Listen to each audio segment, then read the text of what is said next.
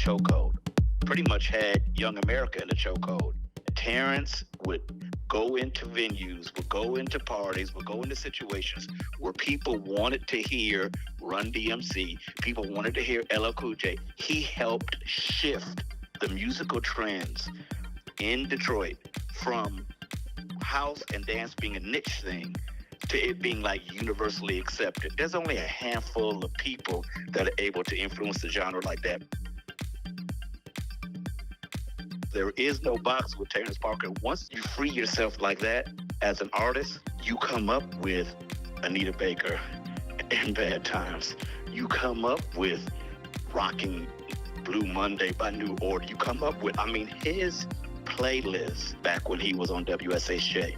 That's what made him a step above everyone.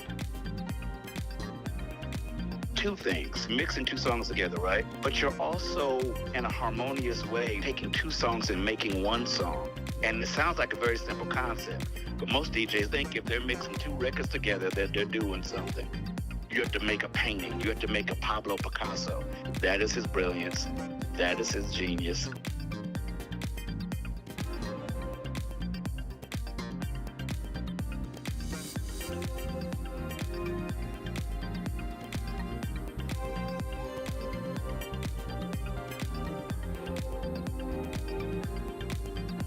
Mixing house brilliantly and dance brilliantly before it became super duper popular. Now, once it did, this was before Kevin Saunderson, Van Derrick May. Terrence has always mixed from a place of love, always, and he didn't always get love back. Terrence play records that grab people by their soul and don't let them go. That is an art that a lot of DJs need to learn how to do. And I just want listeners to think about how many DJs are able to do that consistently.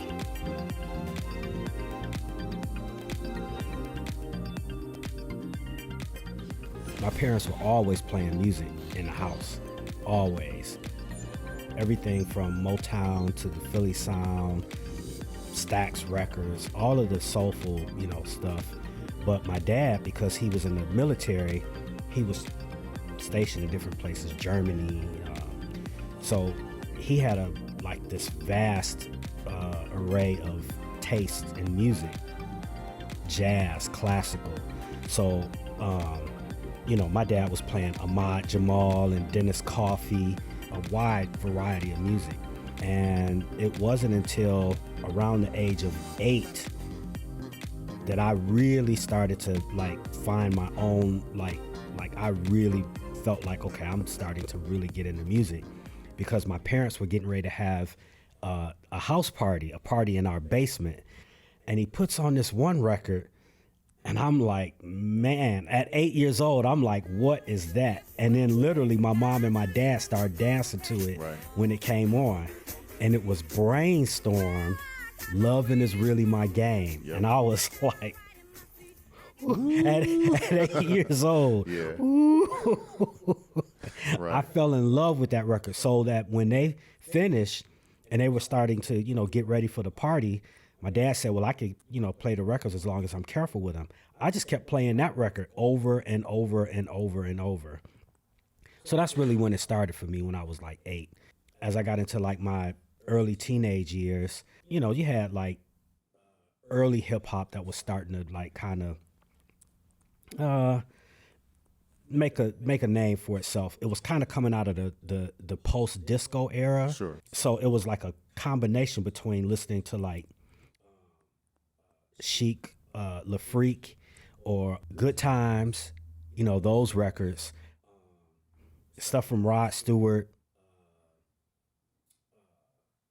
Confunction, all these funk disco bands, right? Barcades, but also early Busy Bee, the Funky 4+1, Fatback Band, King Tim III, which was the first rap record that I ever heard.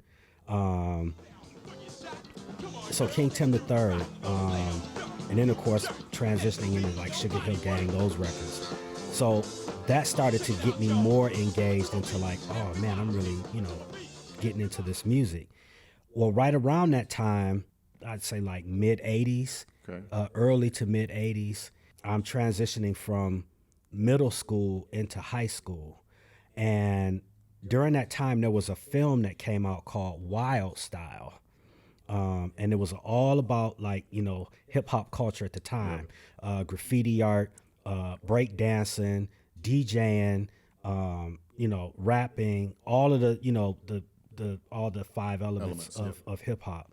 But early, you know, and there's a scene in that movie where Grandmaster Flash, I think he's eating Cheerios or Fruit Loops or something, but he's in his kitchen eating cereal, and he has the turntables on the kitchen counter with the mixer in the middle, and he's just going back and forth cutting the break, you know, boom, don't boom, boom, boom, jigga, jigga, jigga, jigga, boom. Just very simple, but just like, you know, focusing on that break.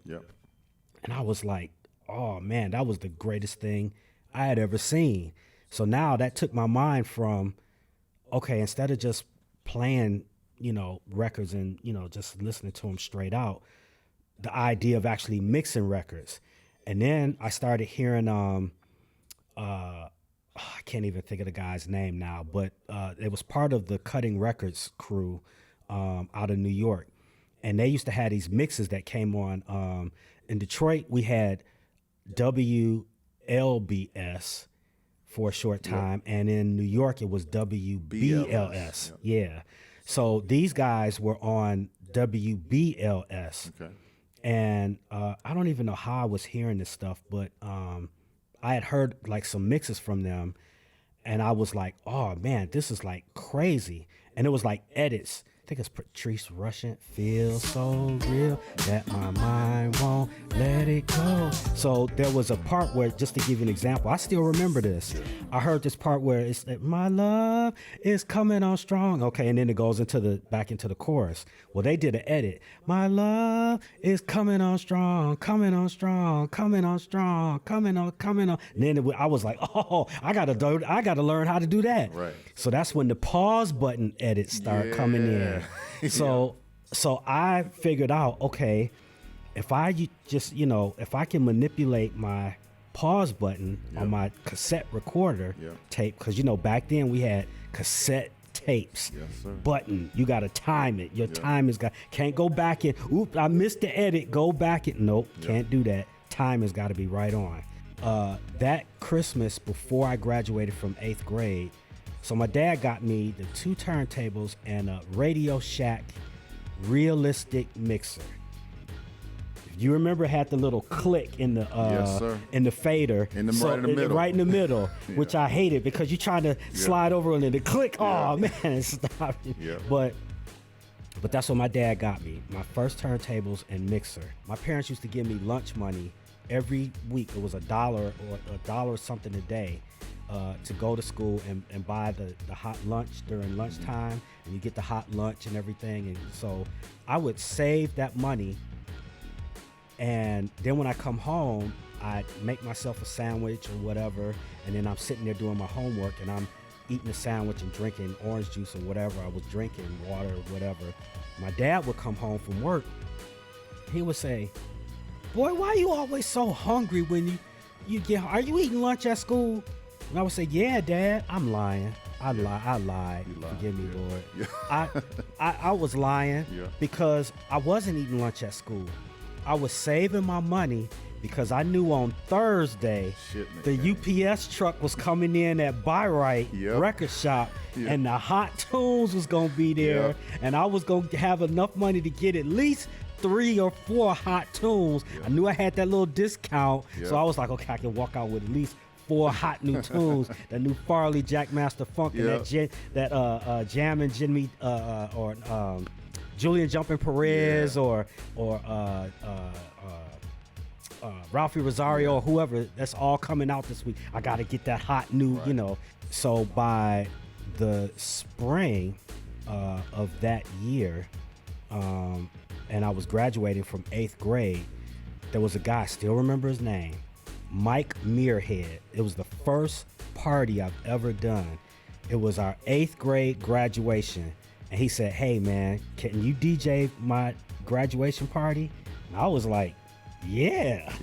So got my little turntables and everything, had the little I think I had some realistic speakers. I didn't even have like great speakers or whatever, but I modified them because I was pretty good with electronics. I used to help my dad like fix TVs, not like flat screen like now. Back then, the old TVs where you got the television tube, big giant tube, and got tubes in the TVs and all that. My dad used to fix TVs. My dad taught electronics at Mumford High School in Detroit for years. And so he taught me about electronics just as a kid, just watching them. And so I would help him, fix things, TVs, whatever. So because I had some knowledge, I knew, okay, well, I can actually modify these speakers and make them better.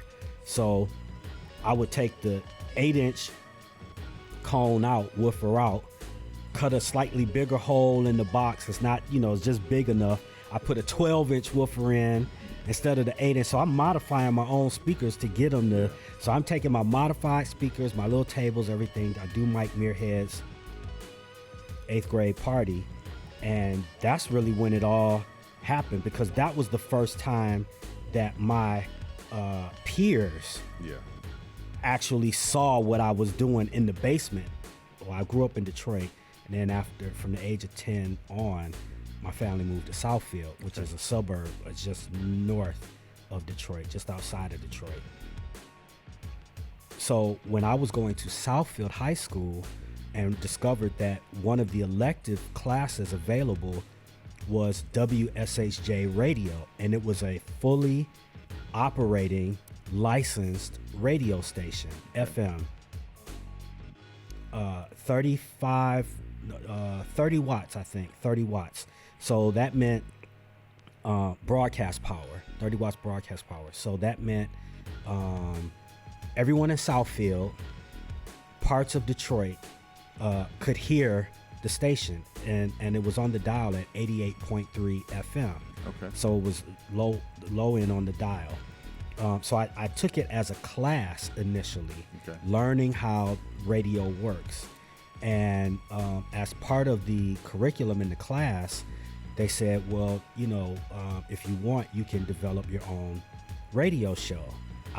My idea for the show was I would name where the tunes came from, or I would name the tunes, but I would also say where I got the tunes.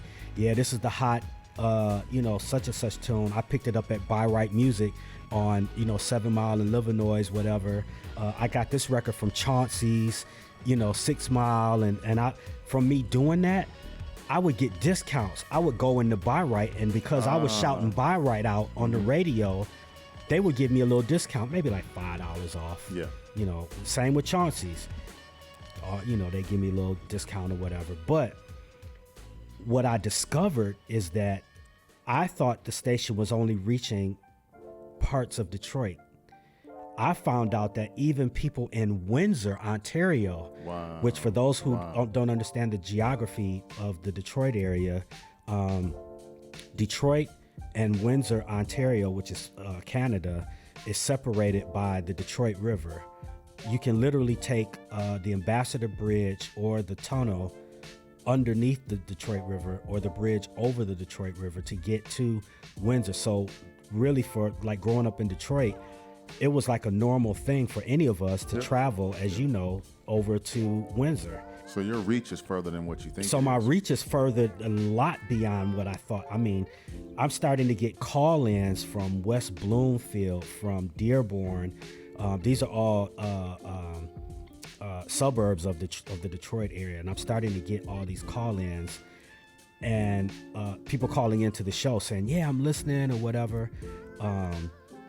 Even Gary Chandler called into the show once. Oh, for real? And I know you've spoken to Gary. Gary Chandler called into the show, who at that time, I didn't even know who Gary Chandler was. He called in and he said, "Hey man, I just want to tell you," he said, "My name is Gary Chandler." And he said, "I'm a DJ, and I just want to tell you, man, you are hot. You are doing your thing." He gave me so much love and so much props. That's so cool, man. Yeah, so I mean, I was like just trying to DJ like my own school functions. Yeah. And then I started to get offers to DJ the Redford homecoming, Redford prom. I did Redford, I did Cass Tech, I did your school, I did schools all over Detroit. I did Catholic school, like private schools. Sure. I was doing I was getting offers all over the place, and I'm thinking, but it was primarily because of the reach that I had with the radio station. Sure. I started out working at McDonald's, and then I worked at places like White Castle, Chi-Chi's. For those that didn't know, it was like a little Mexican restaurant. I worked at a couple other restaurants. So I had these little jobs in high school. I'm making 100, 125, maybe 150 if I had good tips a week. Yeah. I'm DJing in high school, 16, 17 years old, and I'm making $500 in one night. Right. DJing. If I had 2 parties that weekend, I'm making anywhere from $800 to $1,000 in one weekend DJing as a kid. And I thought, because my dad loved music and because he introduced me to music, I thought, oh man, he's gonna be like my biggest cheerleader. Yeah. But my dad was like, what are you doing? I don't even understand. Why do you even need 2 turntables? I just decided, I thought, you know what? Why am I going to go to school and waste my time doing that when I could just focus on this music thing and really jump headstrong into this, because I'm already making money in it and I can make more money. That was my thinking. So I was like, I don't need to go to school. My dad was all about education. Both my mom was a teacher, my dad was a teacher. So education was preached in my house. It was like, okay, and especially as a young African American, you know, growing up in Detroit, where, you know, it was already economically impoverished. Sure. My dad was like, Terrence, if you want a chance in this world, you got to get your education. That's what's gonna, because that's what did it for him. Right. Was that's education. That's what he knew. And while I respected that, I was like, well, what I think is about to get me out is this music, because I'm doing, my peers, I'm making more than double and triple what they're doing with what I'm doing with my music. My dad didn't get it. He was like, we had a big argument one day, and I was like, well, Dad, I ain't. In fact, and it was crazy because I was a senior in high school. I think I had like 3 credits to finish. Like, ridiculous. Why didn't I just finish those credits and be done with high school? Then I could put that behind me, which is what he said. Terrence, why don't you just finish high school? Yeah. Finish the 3 credits, and then you done. I was like, no, I'm sick and tired of even going. I'm done. And my dad was like, well, if you done with high school, you done with living in this house too. Because you ain't gonna you're not gonna live in this house and not go to school. So if you're not going to school, you're not living in this house. So of course well, I ain't living in this house then. Right. All right, well, you can get your stuff and get out. He got so angry, he took my records and threw all my records, literally thousands of records, on the front lawn. And actually it was Dre was helping me gather up all my records. Yeah. But I was trying to hurry up so quickly that I just grabbed my records and left the sleeves on the lawn. Yeah. So I was taking my records and putting them in record crates, and but now all of a sudden I'm homeless and I'm sleeping in the Mustang with the T-tops. And so I'm in that car, and I remember it was November, it was winter, I remember it was cold. And so I had the car running.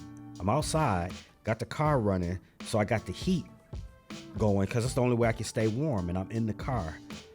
And at that time, I had heard about Blake Baxter going over to Germany and playing in Berlin. Okay.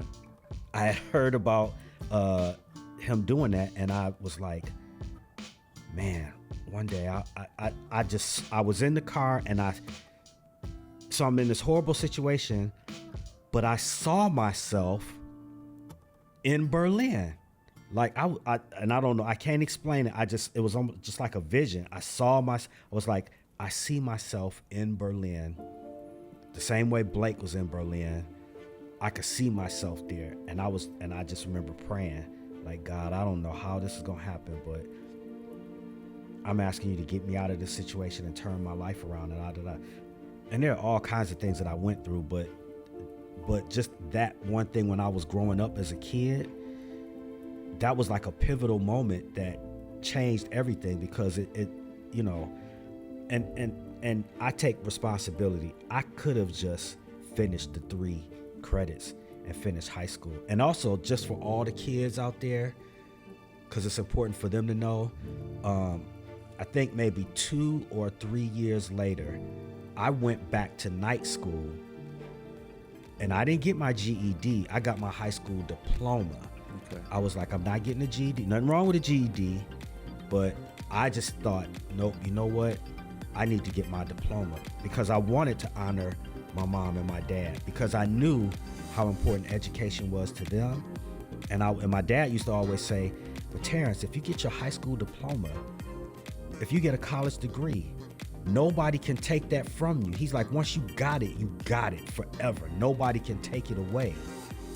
And you don't realize how important, and I didn't realize how important it was then, but I went back to night school, got my high school diploma. In fact, I got a 4.0 and did so well, the principal submitted some stuff on my behalf that I didn't even know, and I ended up getting like Pell grants and all these grants to go to college.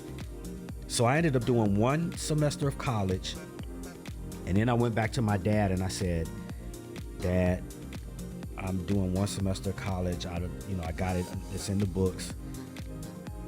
I'm not feeling this, Dad. I feel like I need to go out and do the music. And my dad was like, you know what? You got your high school diploma. I'm proud of you for doing that. You tried the college thing.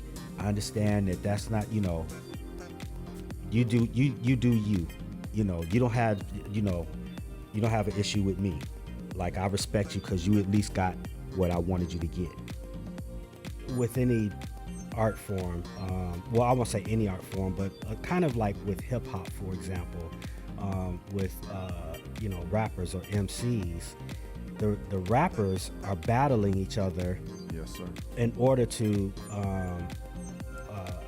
one, display their skill, but also to make or create a name for themselves.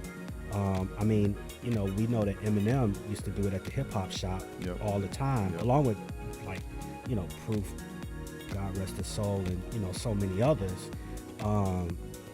So it was the same thing with DJs, right? It was the same thing with DJs. So it was like, it wasn't just about, can you play this party and it's a cool thing?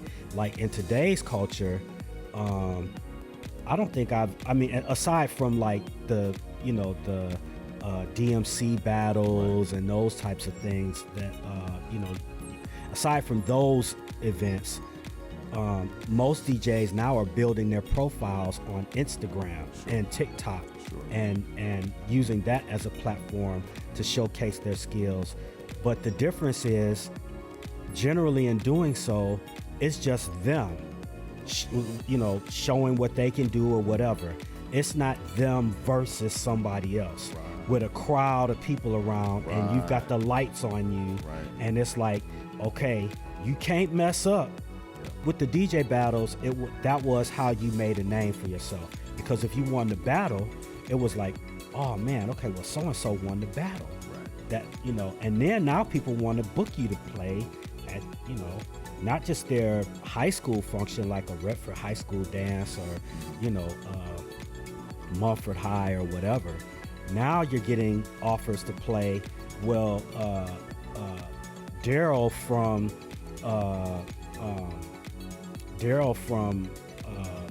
Mumford is having a party in his basement, and he heard that you won the battle. He wants you to, to play. So getting those kind of offers. So it was crazy because I was supposed to DJ this party, but I couldn't DJ. And it was on the news and everything. This what I'm telling you about. I was supposed to DJ this party. Mm-hmm. It was a basement party. I couldn't DJ the party, so they got somebody else to DJ. I don't even know who the person was. I think a relative of the young lady who was having the party.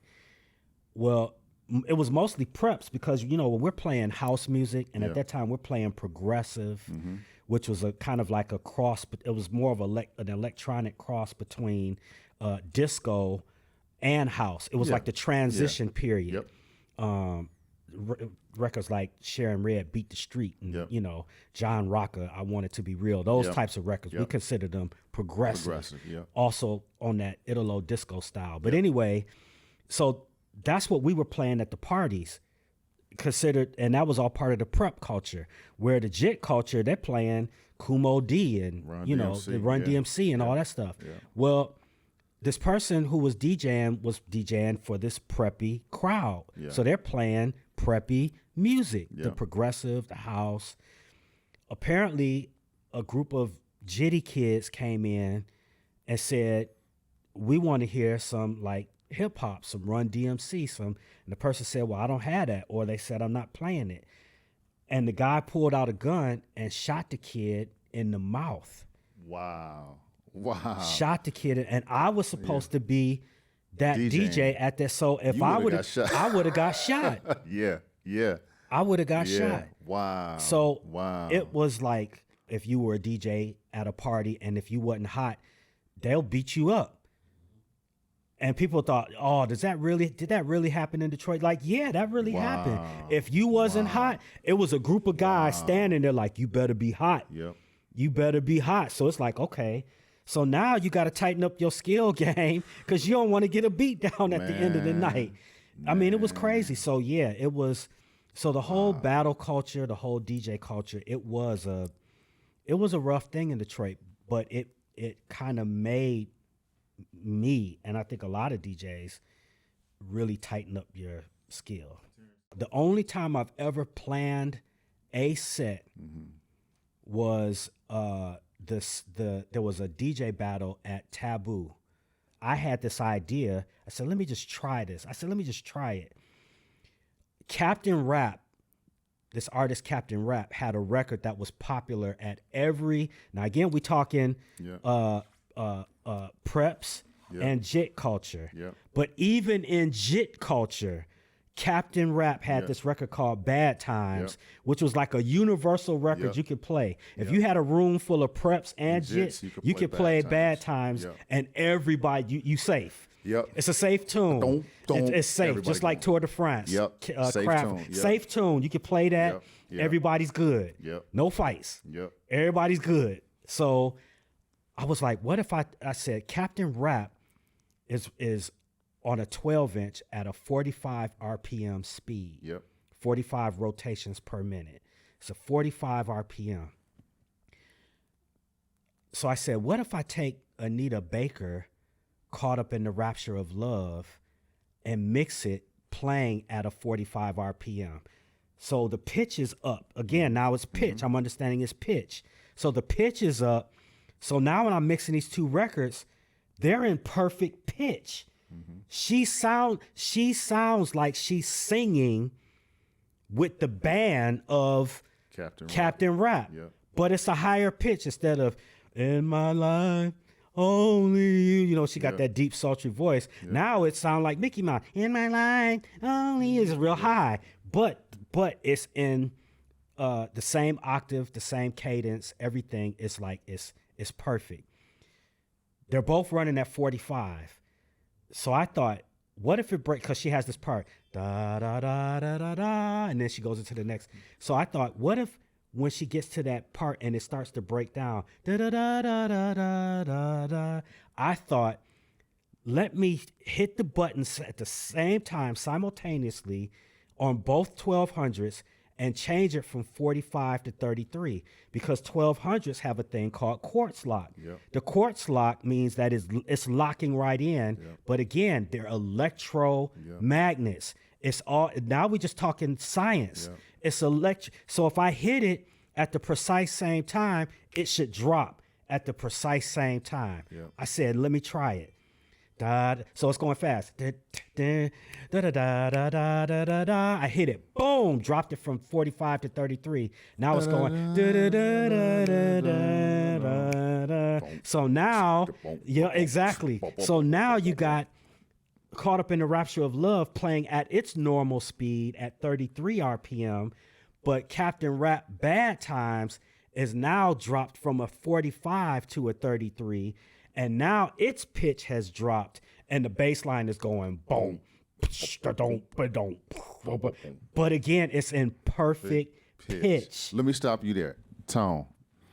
The story that you just heard on this about this mix, this is before now the equipment will have a pitching time, right? You know how we have our controllers and we can speed it up now, and it doesn't sound like the Chipmunks, right? It'll speed up. It'll even though you speed it up, it'll still be in tune. Or if you slow it down, it's still in tune. Terrence was so ahead of the curve that nobody understood. We usually, when we mix, we put the beats in, like we line the beats up when we're mixing on beats, right? The beats match, right? To match the tempo. By tempo. This was the only DJ that was able to mix in the 2 records you are mixing. He's mixing by pitch. Vinyl. Let me tell you, and Gary gonna be mad at this, but I love Gary. Gary had this spinoff one. It was a DJ battle, because Gary was cutting everybody out the room. Gary cut up his Twitter fest. Just ripped it to shreds. Right? It was like a machine was cutting, and me and my boy Dre, we was looking like, whew, like, Gary gonna cut the roof off, right? Gary cut the roof off, right? And Gary's a showman. I remember what Gary had on because I wanted to go buy the same clothes because maybe it would have helped me cut like that if I bought the same clothes. Gary had on some boots, right? And it was a close battle. Terrence's mixing was superb. He was going through all his stuff. But Gary was showy. It was like, ooh, man, because Gary's a showman. The way he displayed his cuts way back then, it was like, ooh. But when the mic drop moment happened, when he had Bad Times on, and Anita Baker comes in, and it doesn't sound like somebody trying to run a 45 on top of a when we met today, and Bad Times, boom, boom, boom, boom, boom, boom, boom, boom, boom. When he did the drop down, and the drop down came, I'll never forget it. When it said on the buyer, that's when the 33 said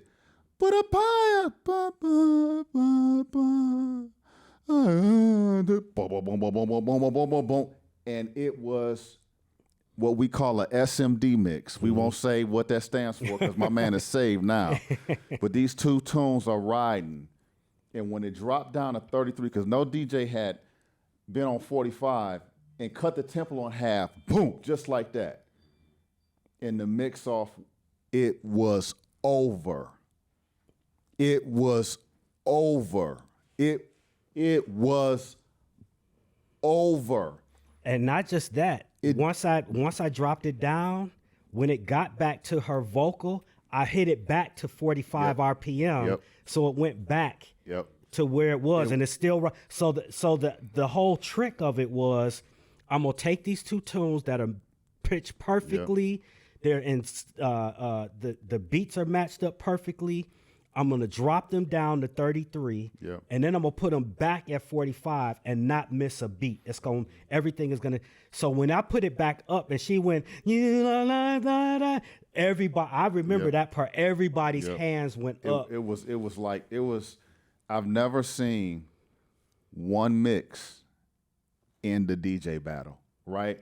You forgot what you heard before. You didn't need to hear nothing after. It was like. It was mixing, right? I didn't say it was, he put, backflip, turns, it wasn't all of that. And so it was a huge validation that you could mix. If you were so sweet in the mix, in the blend, you could actually compete and overcome a Gary Chandler, right? Because if it was a scratching battle, Gary was winning the cut battle on the cut. It was classic Gary Chandler, and Gary's mixing was hot. The whole thing was hot, right? And Al Esther was in the competition, Al and Esther. Al's mixes was hot. This is hot Al. He dancing, record coming all over, boom. He quick dropping. It was the Al Esther I fell in love with. Like, I'm talking about my Al Esther, and I'm on Terrence's team because I'm there in support of Terrence. But really, I had a three-way. It was a three-way problem. It was Al, Terrence, and Gary. For me, that was the clear cut, and it was other DJs in there that was decent. Daryl Dyer. It was I can't remember everybody that was in it, but that was the highlight. You know what I mean? Almost like it was gonna go to me. But when you was like, man, dang, this. It wasn't like Al was horrible, Gary was nah. The contestants was hot. You know, they was hot, and it was like, okay, what's gonna happen? And I'm biased because I'm Terrence's boy. I didn't even know Gary back then.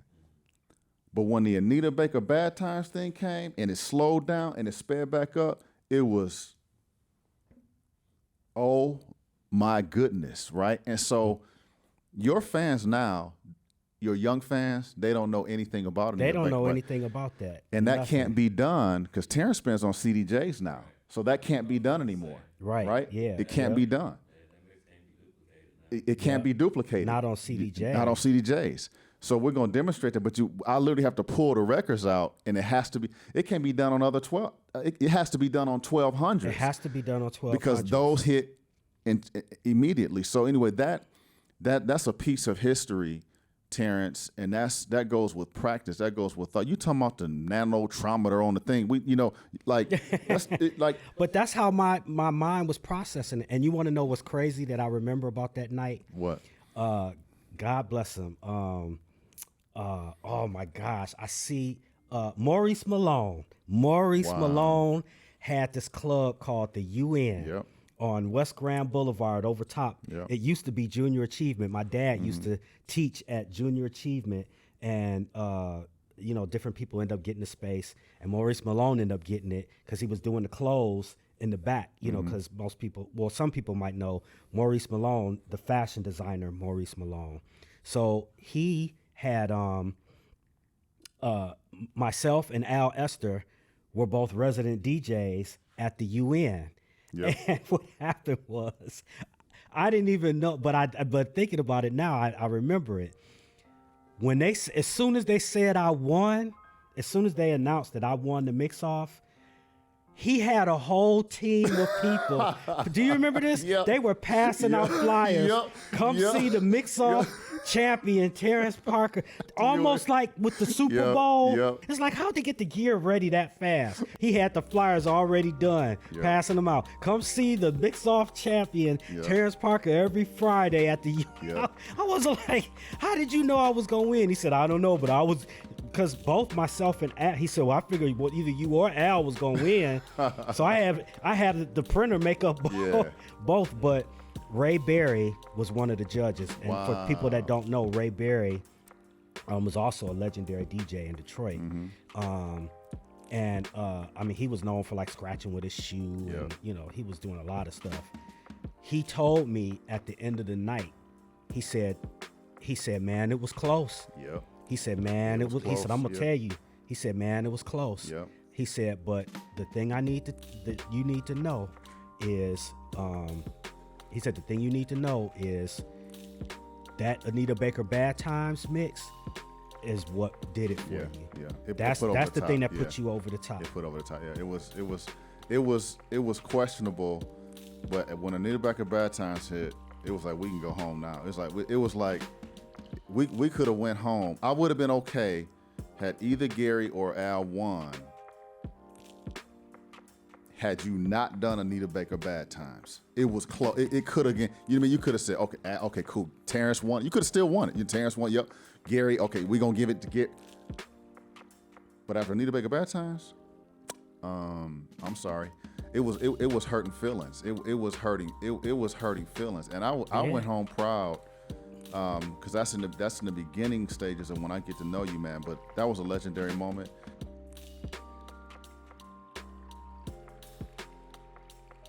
I want to take the listeners or the views back to 1985, 1986. What you have to understand in Detroit, Terrence is right. Jits, preps, hip hop had Detroit in an absolute chokehold. Pretty much had young America in a chokehold. It's important to know how hard Detroit crowds are and were. Terrence would go into venues, would go into parties, would go into situations where people wanted to hear Run DMC. People wanted to hear LL Cool J. Terrence would go into, I hope he ain't playing that house, Bush, and kill it. No, I'm serious, and kill it. He helped shift the musical trends in Detroit, and I'm talking about with the young people, from house and dance being a niche thing to it being like universally accepted. There's only a handful of people that are able to influence the genre like that. It's style. It's what you decide to do with two records. And when you're talking about in a harmonious way, taking two songs and making one song, and it sounds like a very simple concept, but most DJs don't know how to do it. No, you have to take two records and make art.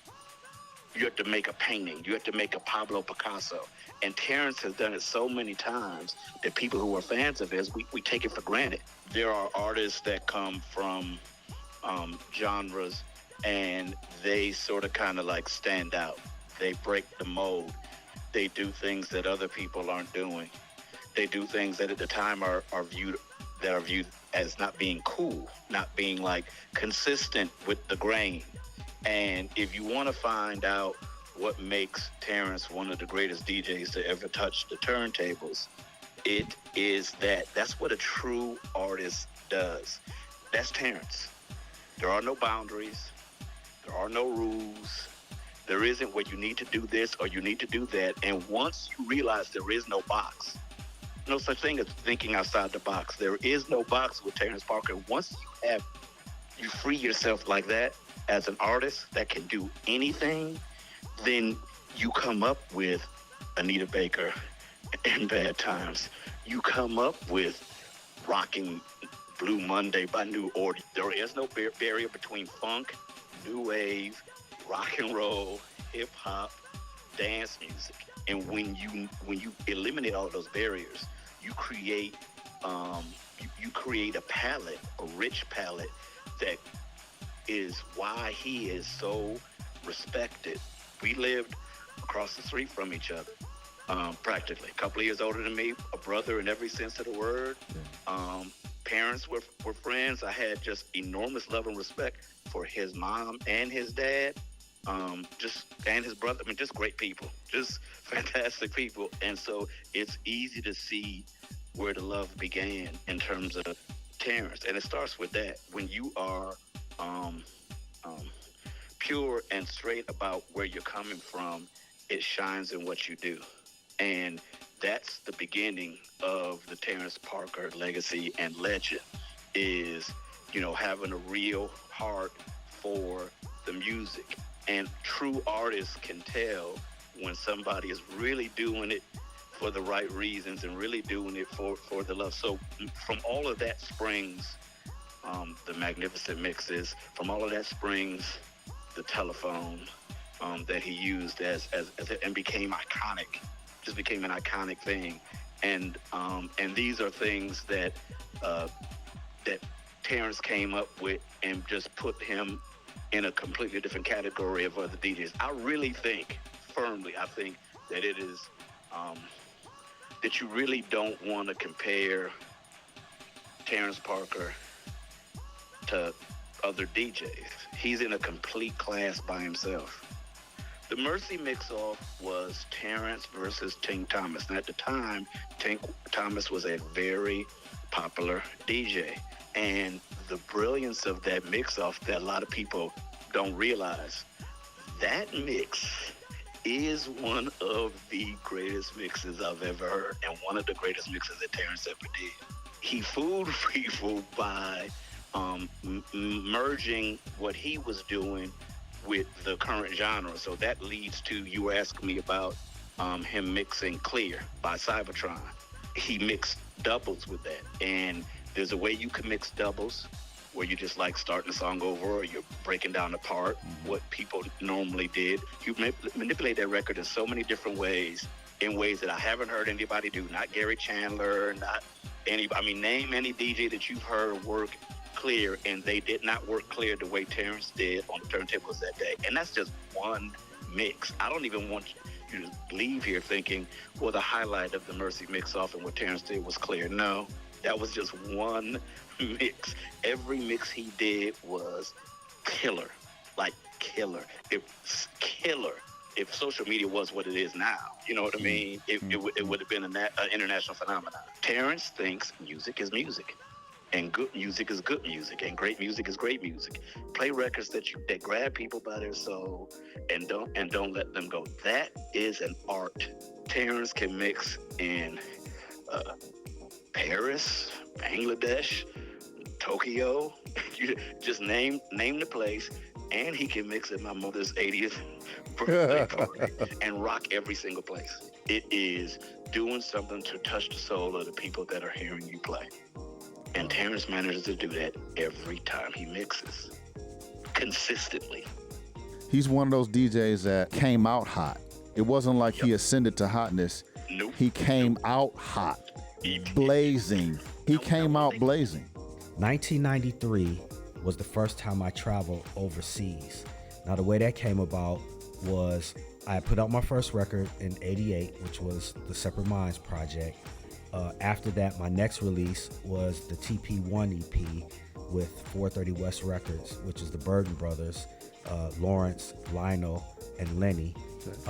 Lenny and Lionel worked together as a group, a duo known as Octave One, which most people know. They're out touring, doing stuff, and they had a big record, Black Water, with Ann Saunderson. They had a hit, and so their label was really starting to take off, and they had a studio on 8 Mile, which actually, ironically, later after 430 West moved out of that studio, years later, Eminem and his team moved into that studio, so same location. Well, then Kevin Saunderson, got wind of my music and was like, well, hey, if you got something, we're interested to release your music with us. So I put together this track called Hold On, where I sampled the James Cleveland record. Yeah. And so I put that out with Kev, and that ended up becoming a big record, mainly because Tony Humphries got behind it. For those that aren't familiar, Tony Humphries was a big, at that time he was a well-known DJ. I think he's from Jersey, but he was DJing in New York on Hot 97. Okay. He had a show on the hip-hop station, Hot 97. He was so popular that he had a residency at the Ministry of Sound in London. So he would fly back to New York every week to do his radio show, and then he'd fly back to London to do the residency. So he was doing that every week. It was a weekly residency. Well, again, long story short, he was playing and supporting my record. Well, after that, after the Hold On record really just kind of like blew up and started buzzing and became this, like an underground hit. Yeah. Then I started working on more records. I did more records for KMS. I was doing remixes. KMS was Kevin Saunderson's label. Okay. Which so I was releasing music on KMS and doing remixes for him. But then I ended up doing a track called The Question a few years later. And I released that on a label called Simply Soul Records, which is based out of Submerge, which is headed by Mike Banks. But the label was run by a guy named J.D. Simpson. And there was originally an EP, 4 tracks on it. And The Question was just one of the tracks on the EP. Well, Tony Humphries now has a well-established residency at Ministry of Sound. He starts playing The Question. The Question ends up becoming this big club hit. At the same time, this guy named Neil Tennant, I think is his name, from the Pet Shop Boys, had a morning radio show on the BBC network in the UK, in London. So he's playing all kinds of music. I don't know how he gets wind of it, but he gets wind of The Question, and then he starts playing it on his radio show every morning. Well, now the song just explodes and starts blowing up, and it becomes a hit record. It's like #1 on the Mix Mag, chart, and it becomes this big record. So because of that record, two things happen. One, I ended up getting 2 record offers, not unlike my recent situation. Okay. So I ended up getting 2 record offers to sign as an artist, one with Sony and one with BMG. And also I had an invitation to come over to London to DJ. So the question is, what opened the door for me to get over to overseas for the first time? And I mean, I had been playing in Detroit. Like, it wasn't like I was playing in Chicago or playing in New York. I had been playing only in Detroit, now all over Detroit, but just Detroit. So the first time I played out of Detroit was I went to London in 1993. I go to London and I stayed there for 16 days. I was doing studio sessions in a studio in a city, well, it's 3 cities, called Stoke-on-Trent. Okay. Stoke-on-Trent, but all 3 together, Stoke-on-Trent. And there was a recording studio there. And by this time, I had signed the Sony deal. Okay. So I had a deal with Sony as an artist. I'm signed with Sony UK. And so I'm working on my album. So I'm in the studio working on my album in London, and then in Stoke-on-Trent, but also DJing in London, Portsmouth. Is this Tragedies of a Plastic Soul Junkie or before? Oh, that's before that. Okay. So this is I only had one release through the Sony deal, and that was a project called Set Me Free. Okay. It's a dark green album cover, and in fact, my daughter Tatiana was just born at that time, and so Tatiana's baby picture is on that cover. Yeah.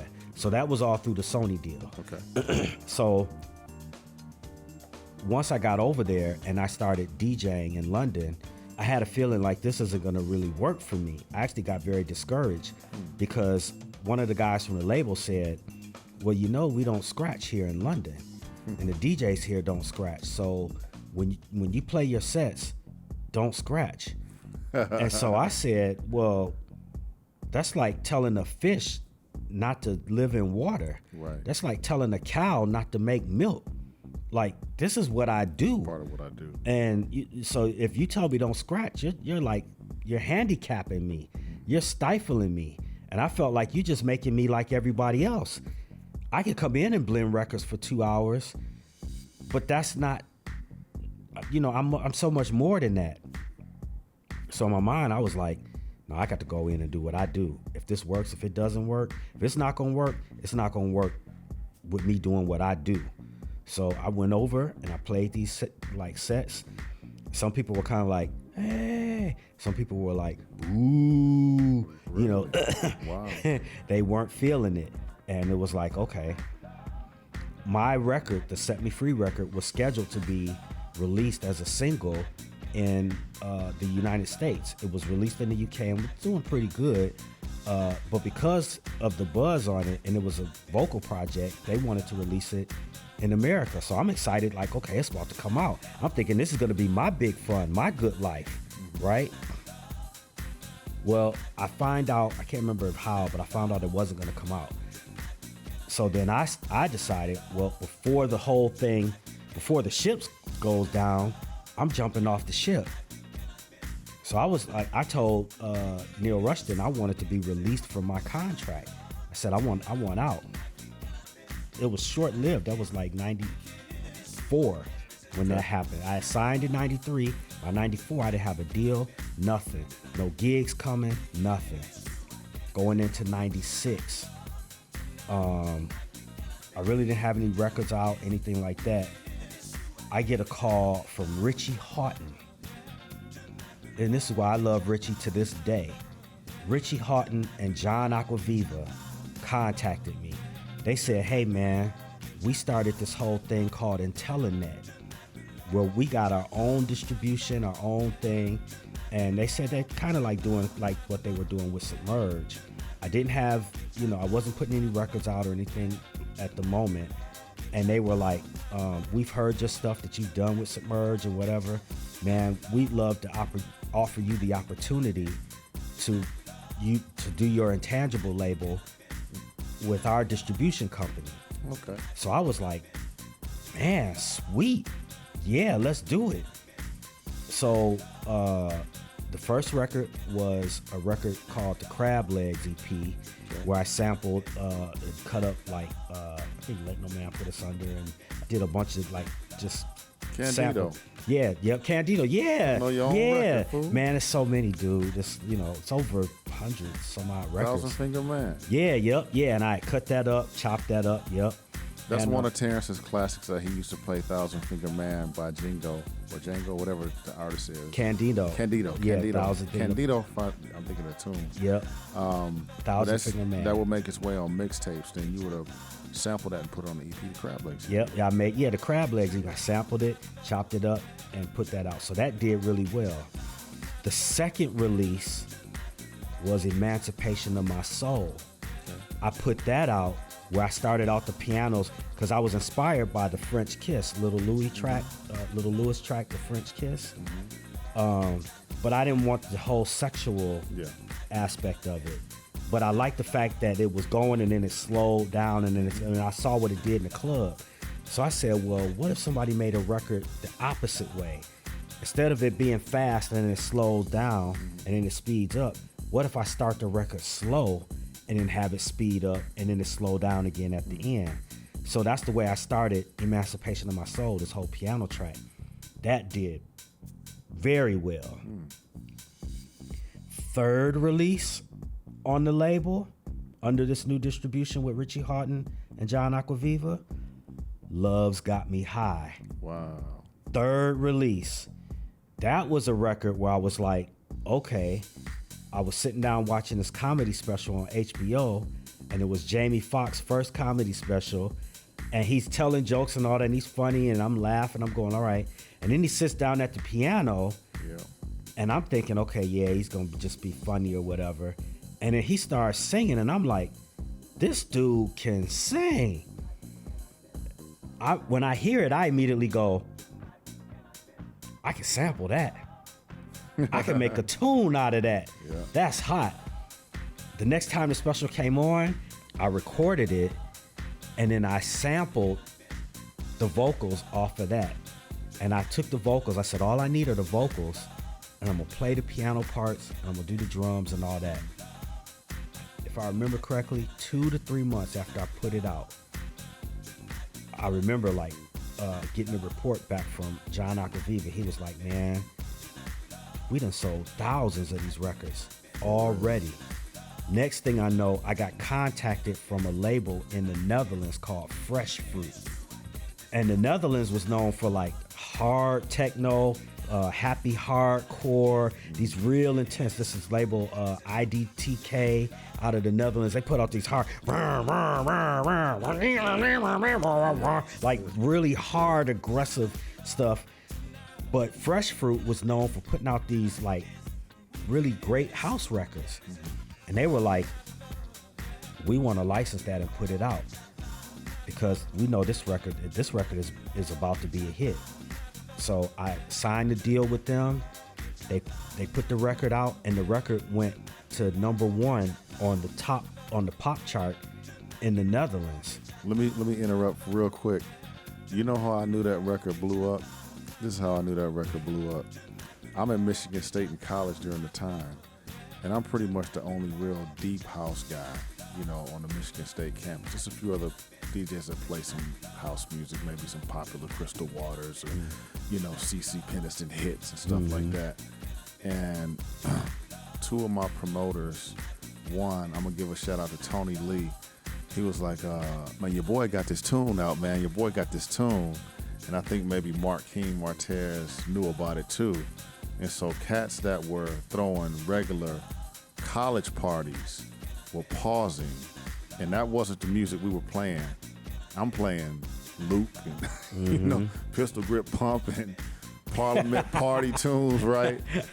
And it was like, your boy got a hit out. It's this record. It's this Jamie Foxx thing.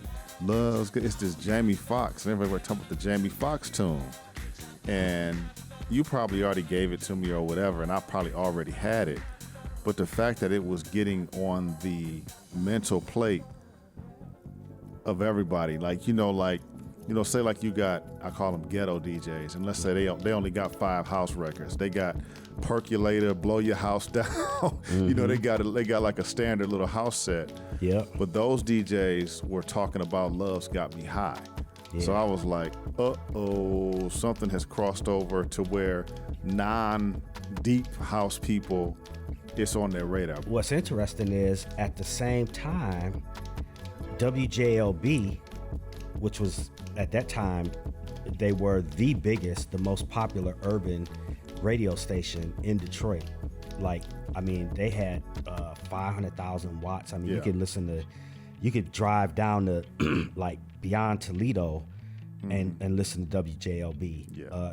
And for those that don't know, Toledo is like an hour south of Detroit. So you can literally drive an hour south of Detroit and still get this station. So it was a big station. They had a drive time house thing, not mixed. They were just playing house tunes at the time. They actually put Love's Got Me High in rotation. So Love's Got Me High was getting played every day at lunchtime on WJLB. I didn't know that. Yeah. So at the same time it was happening over in the Netherlands, it was actually starting to buzz in Detroit too. So it goes number 1 on the pop chart in the Netherlands. Then it starts hitting like the top 10 charts in Germany, France, all these other European countries. It started becoming this big record. Well, when that happened, then I started to get offers to DJ in Germany. Well, when Love's Got Me High blew up, now I'm starting to get these requests, but they were all coming from Germany. So I go over to Dusseldorf, I play the gig, I go back home. I'll never forget. Now this is pre-internet, email, all that stuff. Booking agent, she contacted me, she called me. She said, are you near your fax machine? Because back then you had a phone line, fax line. You near your fax machine? I said, yeah. She said, okay, stand by. It was pages and pages of offers for me to come over. All these promoters and people that she had brought to the club, they all wanted me to come back over. What's her name? Her name is Katya.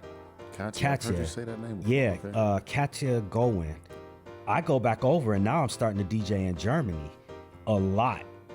I'm starting to DJ so much in Germany to the point people are thinking, Terrence moved to Germany. Because I'm over there like every other weekend I'm DJing. I actually had 3 residencies at one point. I had a residency at a club called Dockland in a city called Münster in Germany. I had there was a club called Castle House, Kassel, Castle House. But I played all over Germany. Dortmund, Darmstadt, Leipzig, Chemnitz, of course Berlin, Frankfurt, Cologne, all over. All the major cities, I played them all. Remember I told you that I had this vision when I was homeless in my car? I just felt like it was gonna happen. Well, now it's happening. I'm DJing almost every week in Berlin. Well, they had this thing there called the info box. Well, it just so happened that the info box was built over the site where they said was Hitler's bunker, where Hitler died at, right? So I ended up getting a gig DJing at the info box. So I was like, wow, this is deep. Because in this vision I had, I saw myself playing where I knew Blake had played. And I had heard that Blake had played at some club or something near where Hitler's bunker was. And now I was literally playing over. I was literally DJing at the spot over top of his bunker.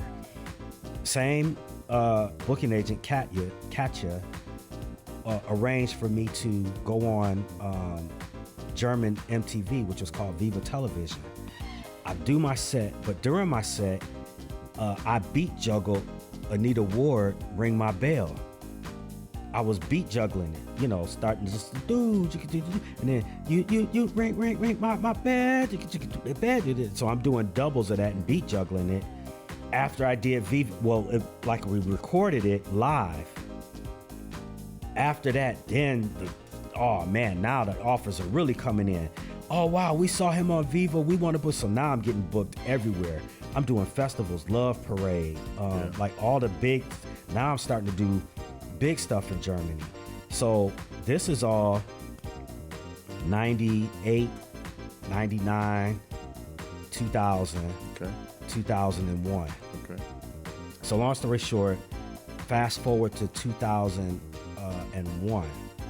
I had just come back from Germany the day before, took Tatiana, my daughter, to school, dropped her off, came back home. I think I was eating cereal.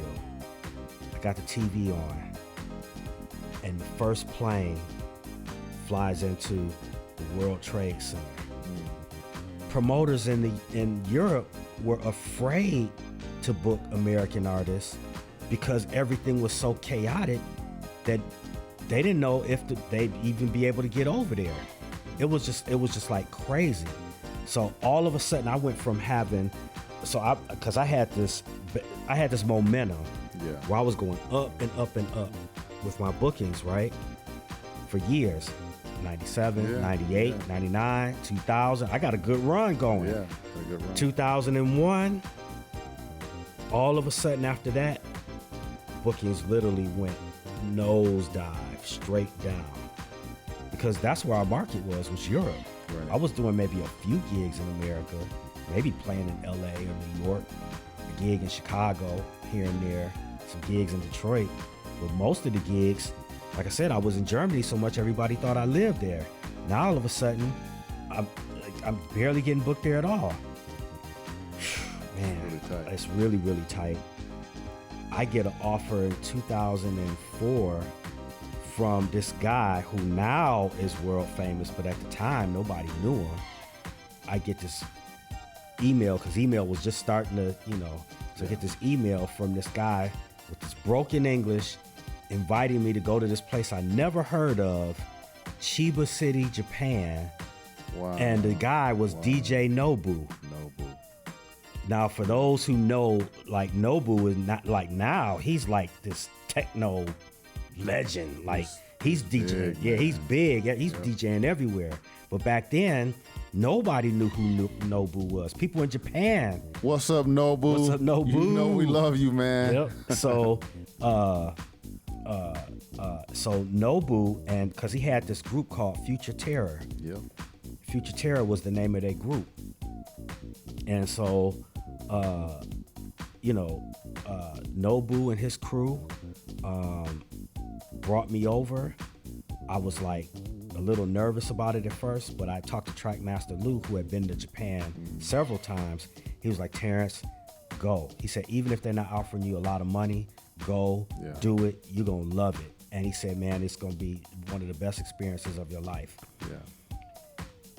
It's one of the only times, there were a few, but when I got to Japan and I landed, I come out of the international baggage claim, and there's like 20 people. They got banners, balloons, welcome Terrence Parker to Japan. When I came out the thing, they're screaming, ah! I'm going like, what is it? Who just walked? Did David Bowie just walk in? Or who did, is Michael Jackson behind me? Yeah. And it's actually crazy because I actually developed friendships that I still have with Nobu, Hero. I've talked to, in fact, Hero and I still text often. Shinya I haven't talked to in a long time, but I developed these friendships with them. After playing there was such a great experience, it opened the door for me to play more places in Japan. So now all of a sudden, 2004, 2005, I'm starting to get gigs in Japan and other parts of Asia. Europe is starting to kind of pick back up a little. So it was kind of a slow thing. I've had many people tell me many things about my music, but I'll just share this one. I was in Germany and I had gone to a conference over there called PopCom, Popkom, PopCom music conference. And I met this artist, I don't even remember her name, but she was from Turkey. I remember she said she was from Turkey. She was from Istanbul. She said, you know, she had grown up and she had a really rough life. Because of that, she had like post-traumatic stress disorder. She said my album was the only record that she could play that would give her, like, it would calm her down. She was an artist. She was like a singer or something. And so she said that she had tried listening to all other kinds of music and it would just, you know, but for some reason my album, when she played it, it would give her some type of peace. She felt peace when she played it. But I would hope that more people would have that experience from my music, that it brought them some joy or brought them some peace, that it brought them, whether it was planting a seed or watering a seed, that it brought them closer to God. It made a difference. You know, it made a positive difference. So because I lived, I actually made a tremendous difference in all these people. So that's what I'm hoping, that my life has made a difference on this planet. Not just to my kids and people that I know or whatever, but for people that I've never met, but they know my music or they came to a DJ set. I hope that my life has made a positive difference. Thank you, Terrence Parker. Thank you so much. Thank you, Stephen Crawford.